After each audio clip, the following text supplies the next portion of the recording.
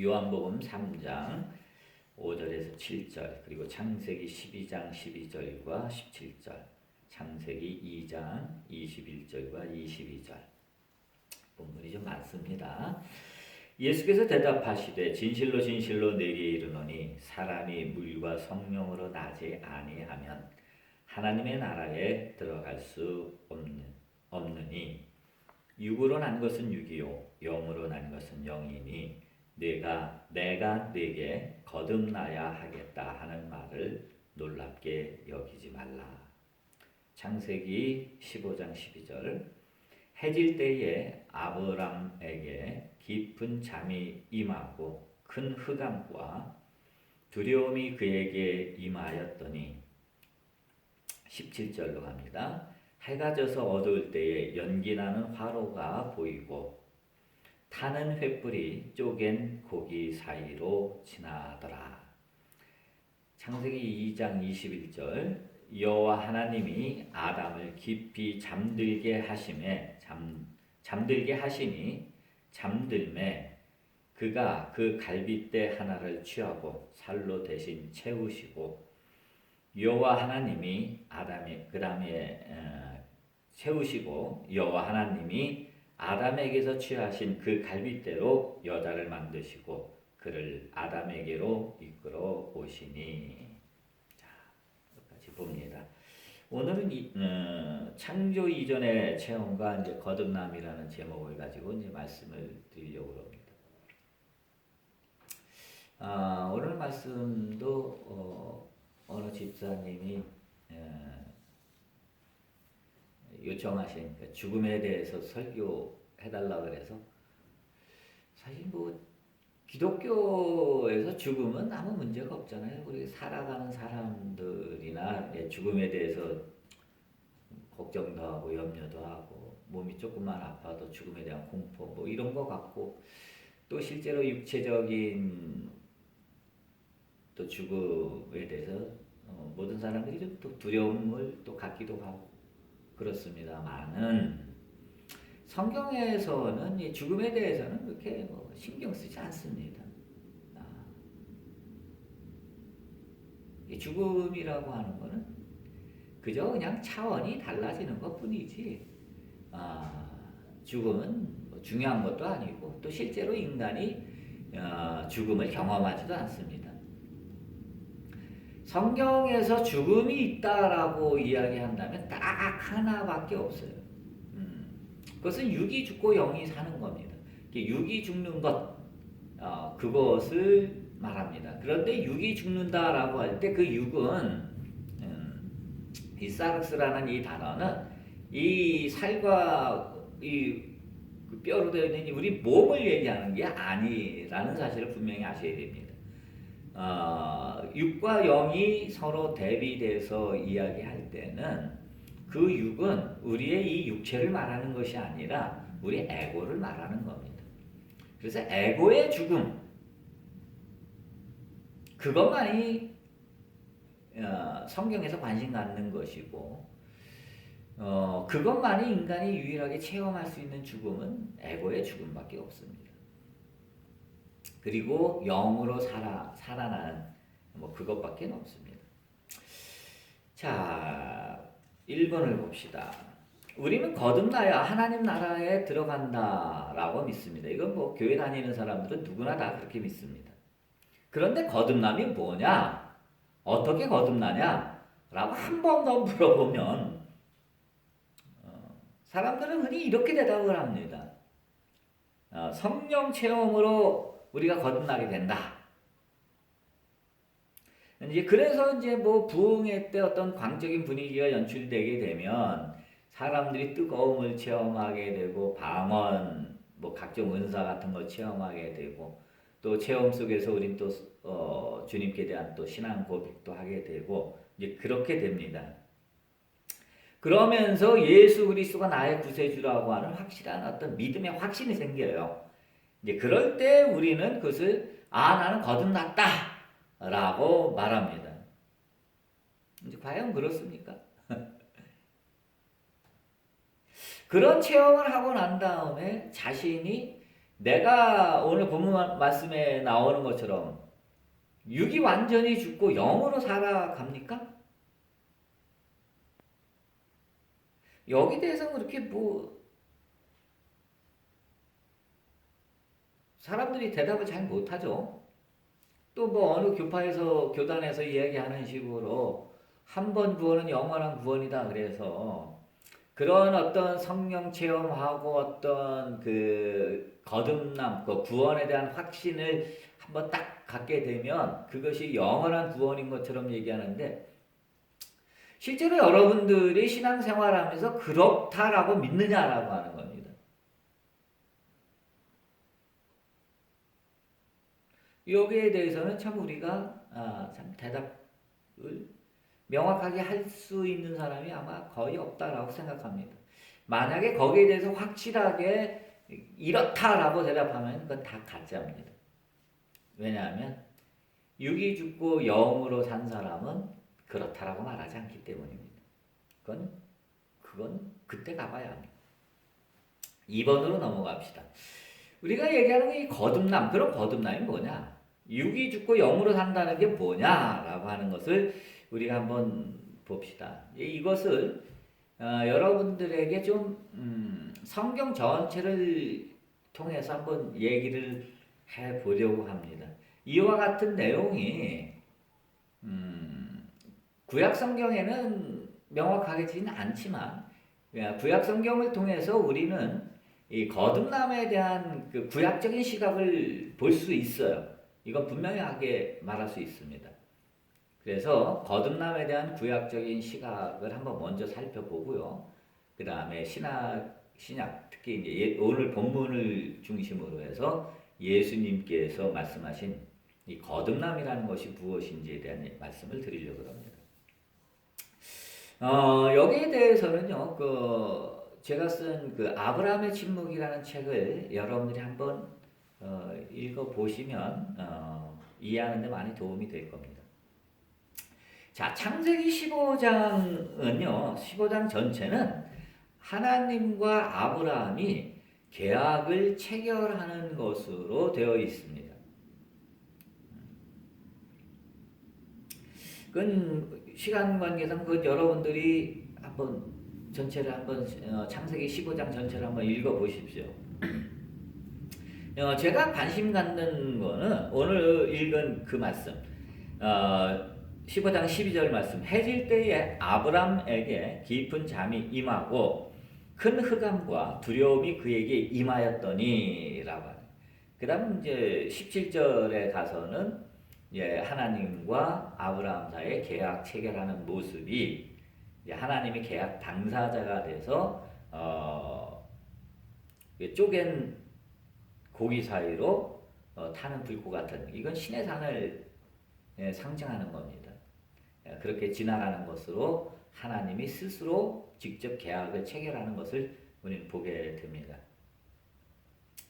자, 여기서 12절에서 해질 때 아브람에게 깊은 잠이 임하고 큰 흑암과 두려움이 그에게 임하였다라고 하는 이 말씀입니다. 이 말씀은 상당히 어려운 얘기입니다. 이걸 하나씩 우리가 살펴보지 않으면 안 됩니다.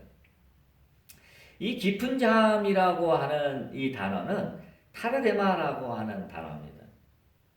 그 다음에 여기서 또 큰 흑암이라고 할 때 흑암 그럼 하세크인데 이 하세크는 창세기 1장 2절 땅이 혼돈하고 공허하며 흑암이 깊음 중에 있다라고 할 때 그 흑암 호셰크라는 단어인데 이 호셰크라는 단어와 하세크라는 단어는 같은 단어예요.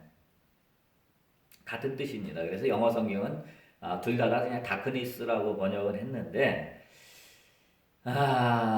그냥 다크니스나 우리말의 흑암이라는 말로는 실제로 이 호셰크라는 단어를 설명하기 힘듭니다. 조금 이따 설명하기로 하고요. 그리고 큰 흑암과 두려움, 에이마라는 단어인데 이 두려움이 임했다라고 얘기합니다. 이 두려움이라는 단어는 그냥 우리가 그냥 두려워서 공포 영화 보고 막 무서워서 무서워 할 때 하는 그런 두려움 할 때도 쓰는 단어긴 하지만 이 단어가 하나님과의 관계에서 쓰일 때는 이 에이마라는 단어는 경외, 하나님을 두려워하고 하는 그런 의미로 이제 경외, 또 하나님이 임재하실 때에 사람들이 느끼는 두려움 또는 하나님의 위험 뭐 이런 의미로 이제 사용이 되는 단어입니다. 그런데 여기서 그 흑암과 두려움이 그에게 임했다라고 할 때 이 우리는 흑암과라고 흑암과 두려움이라는 이 단어 사이에 이 접속사가 없어요. 원어를 보면. 그 접속사가 없기 때문에 이건 동격입니다. 그래 흑암과 두려움 이게 동격이죠. 이것은 지금 현재 아브라함에게 임한 그 상태를 우리 성경이 설명해 주고 있는 거예요. 이 상태를 설명해 주는데 제가 창세기 1장 2절을 여러분들에게 먼저 읽어드린 이유는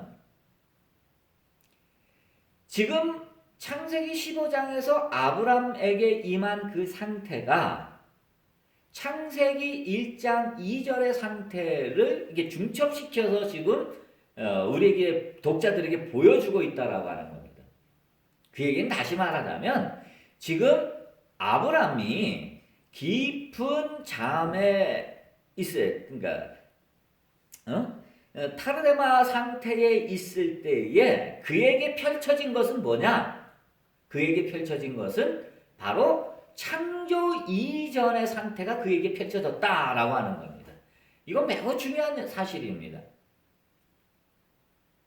이걸 여러분들이 이해하시면 거듭남이라고 하는 것을 이해할 수가 있습니다. 거듭남이라고 하는 것은 결국 창조 이전의 상태로 돌아가는 것, 창조 이전의 상태가 내게 임하는 것, 뭐 그런 얘기입니다. 뒤가 다시 한번 얘기하기로 하고요. 자, 그래서 창조 이전의 상태가 아브라함의 깊은 잠 속에 펼쳐지고 있다라고 하는 것을 우리가 봅니다. 자, 그러면 이제 4번으로 가봅시다. 자, 그럼 깊은 잠에 대한 얘기를 또 해야 됩니다. 이 깊은 잠이라는 단어를 타르데마라는 이 단어를 썼는데 이 타르데마라는 단어가 몇 군데 나오질 않습니다. 성경에. 이 단어가 처음 나오는 데가 아까 읽어드린 창세기 2장 21절의 말씀이에요. 여호와 하나님이 아담을 깊이 잠들게 하시매 라고 할 때 이때가 타르데마야. 깊이 잠들다. 사람들이 깊이 잠든다 라고 할 때 이 단어를 쓰지 않습니다. 이 깊이 잠들다 라고 하는 이 타르데마라는 단어가 또 어디 나오냐면 욥기서에 한 두 군데인가 세 군데인가 나와요. 그리고 성경에 나오지 않습니다. 여기만 나오는 거예요. 그 얘기는 뭐냐면 이 깊은 잠이라고 하는 타르데마가 그냥 아브라함이 그냥 뭐 이게 설계 쫓느냐고 뭐 피곤해갖고 그냥 잠이 깊이 들었다 그런 얘기가 절대로 아니라는 사실을 아셔야 됩니다. 이 타르데마라는 이 단어가 2장 21절에 쓰일 때는 어떻게 됐냐?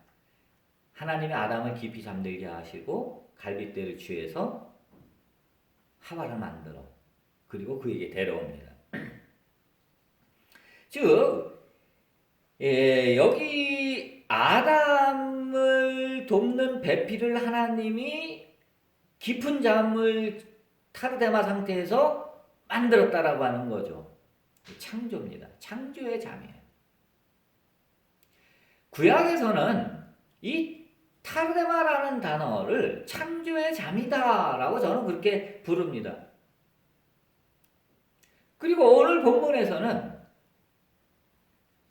아브라함을 통해서 이제 새로운 민족을 이제 그 창세기 15장 그 뒷부분 쭉 보면 하나님이 이제 어떻게 새로운 민족이 어떻게 만들어지겠고 너로 말미암아 큰 민족이 어떻게 형성되고 그 큰 민족이 거할 땅의 경계까지 하나님이 다 말씀해 주셔요.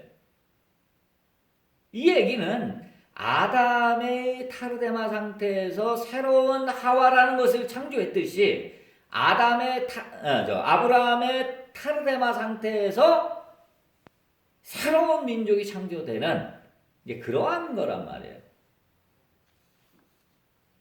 그래서 이 타르데마의 잠은 창조의 잠이다. 이렇게 말할 수 있다라고 하는 겁니다.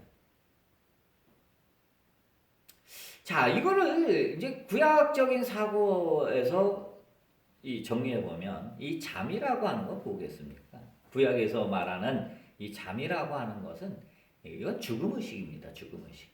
이건 죽음을 말하는 겁니다. 고대 신화에 보면 이 반드시 창조 이전에 죽음 의식이 나옵니다. 우리가 잘 아는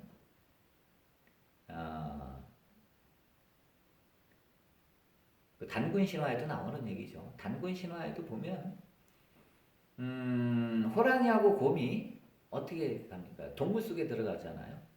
깜깜한 어둠 속으로 들어가, 흑암 속으로 들어가죠. 그리고 흑암 속에 들어갔다는 것, 그 이제 프로이드식으로 말하자면 그는 어머니 자궁 속으로 모태회귀 사상을 말하는 거예요. 그렇게 들어가고 난 다음에 어떻게 돼요? 다시 태어나잖아요. 뭘로? 사람으로 새로운 차원, 새로운 존재로 태어나는 것을 말합니다. 이것은 고대 신화와 문화인류학적으로 보면 이건 고대 신화의 기본적인 형태예요. 따라서 이 타르데마라고 하는 이 말은 고대 신화의 맥락에서도 충분히 우리가 이해할 수 있다라고 하는 거죠. 이 타르데마의 잠을 통해서 성경이 구약에서 얘기하려는 게 뭐죠? 그건 새로운 창조를 말하는 거예요. 새로운 차원의 창조, 새로운 민족. 아브라함의 그 타르데마를 통해서는 새로운 민족이 나오는 거고, 아담의 타르데마를 통해서는 새로운 돕는 배필이나 하와가 나오는 거예요. 그 구약적인 사고에서는 뉴맨, 그 신인류, 새로운 인간이 창조되는 것을 이제 거듭남이다라고 우린 구약적인 사고에서 이야기할 수 있는 겁니다. 그것은 반드시 죽음 의식을 거친다라고 하는 걸 여러분들이 염두에 두시면 됩니다. 자, 5번에서 거듭남의 얘기로 이제 거듭남은 육이 죽고 영으로 사는 것이다 라고 할 때에 그 육의 죽음이 바로 이 타르데마라는 거예요. 근데 구약과 같은 그런 타르데마는 아닙니다.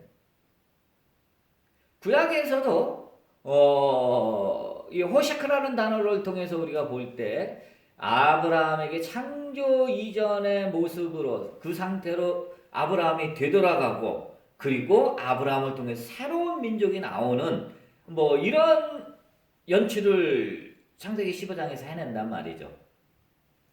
우리는 여기서 거듭남이라고 하는 힌트를 하나 더 얻을 수가 있죠. 뭐죠? 거듭남은 창조 이전의 상태로 되돌아가는 것을 말합니다. 그런데 구약에서는 창조 이전의 상태로 되돌아갔다가 다시 신인류가 돼서 다시 새로운 민족이 돼서 이 땅에 다시 와서 하나님의 백성으로 살아가는 것을 이야기하는데 예수님은 그것이 아니죠.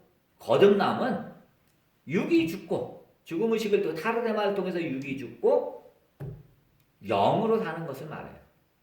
이 영이 다시 세상에 돌아와서 뭐 새로운 어떤 민족을 이루고 새로운 국가를 이루고 뭐 새로운 뭔가를 창조해내는 그런 역할에 대해서는 예수님은 또 복음서에는 그런 얘기가 일체 나오지 않습니다. 육이 죽고 영으로 살아가는 즉 하나님 나라의 삶 그걸로 끝이에요. 그런데 우리는 이 하나님 나라가 이 땅 위에 건설된다라고 하는 그런 믿음을 갖고 있죠. 이것은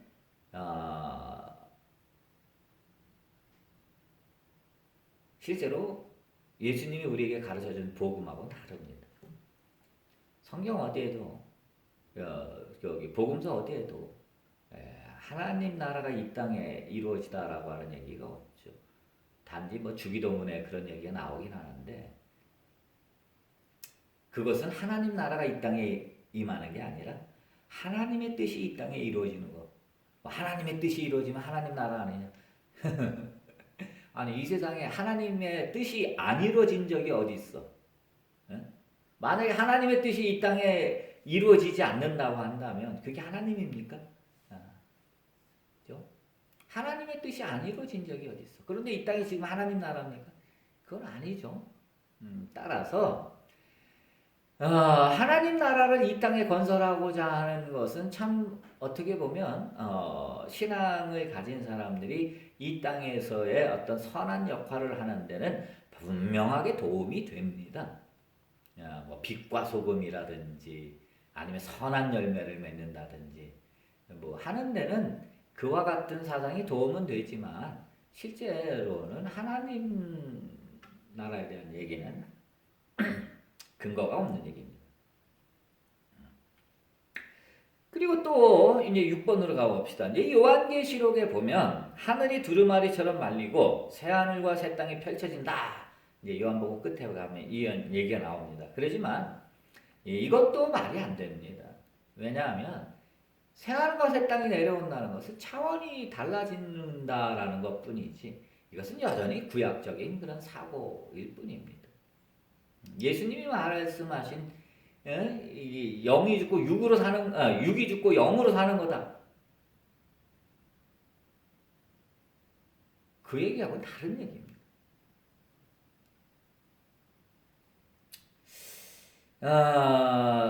우리가 거듭나서 영이 된다라고 얘기하는 것은 참으로 어려운 얘기입니다. 이건 설명하기가 어려운 얘기입니다. 이건 뭐 체험 너머의 어떤 우리의 인지 너머의 이야기이기 때문에 이건 사실상 설명 불가능한 얘기입니다. 인간이 지각으로 하나님 나라를 인식할 수 있냐? 불가능하기 때문에 그렇습니다. 더구나 인간이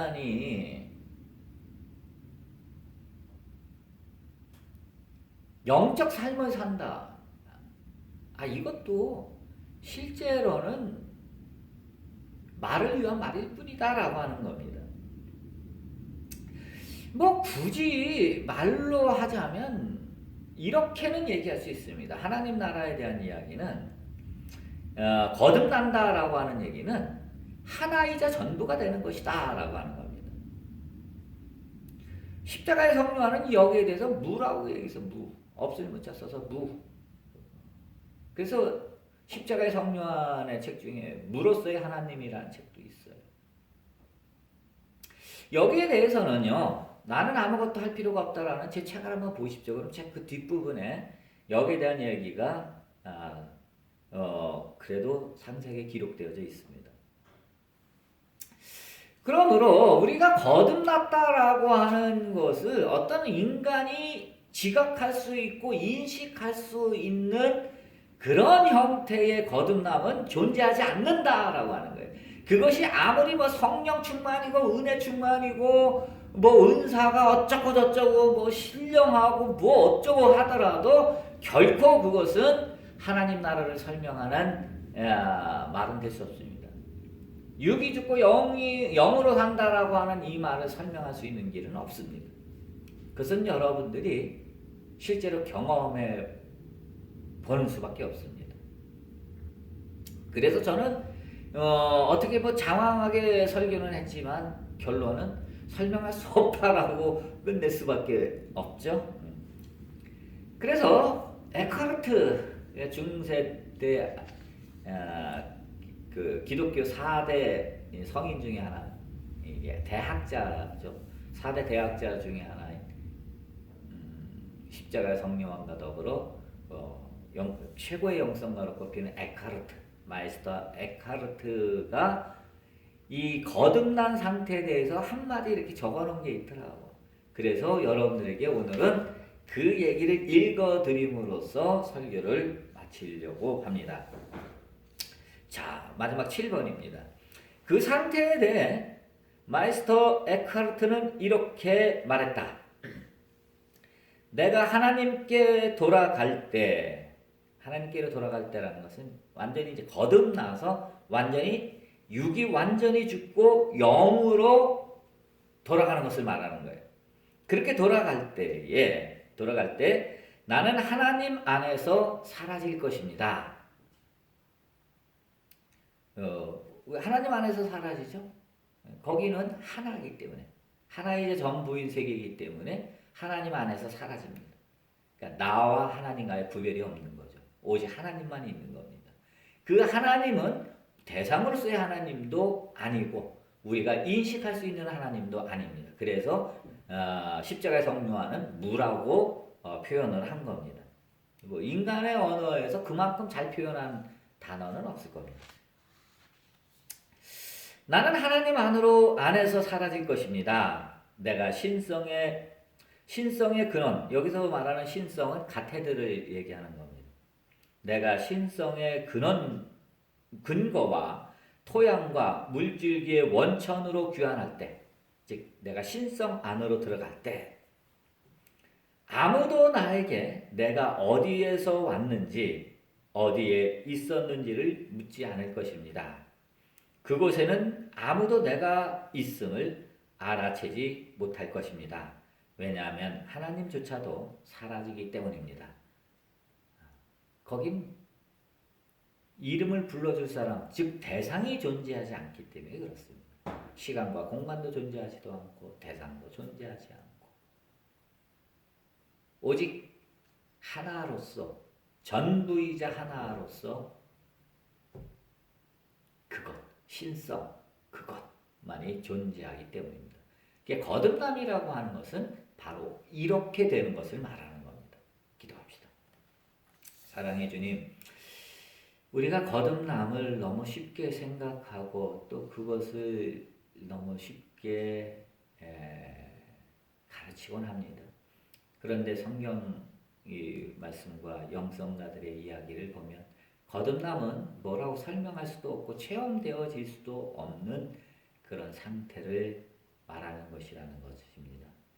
사랑해 주님, 우리가 거듭났다라고 그냥 그렇게 철석같이 그냥 믿어버리는 그런 신앙에서 벗어나서 거듭남을 체험하고 거듭나서 정말 에크하르트처럼 하나님 안에서 사라지는, 하나님과 구별되지 않고 하나님과 하나 되는, 하나로서 전부가 되는 우리가 되게 하여 주옵소서. 예수님의 이름으로 기도했습니다.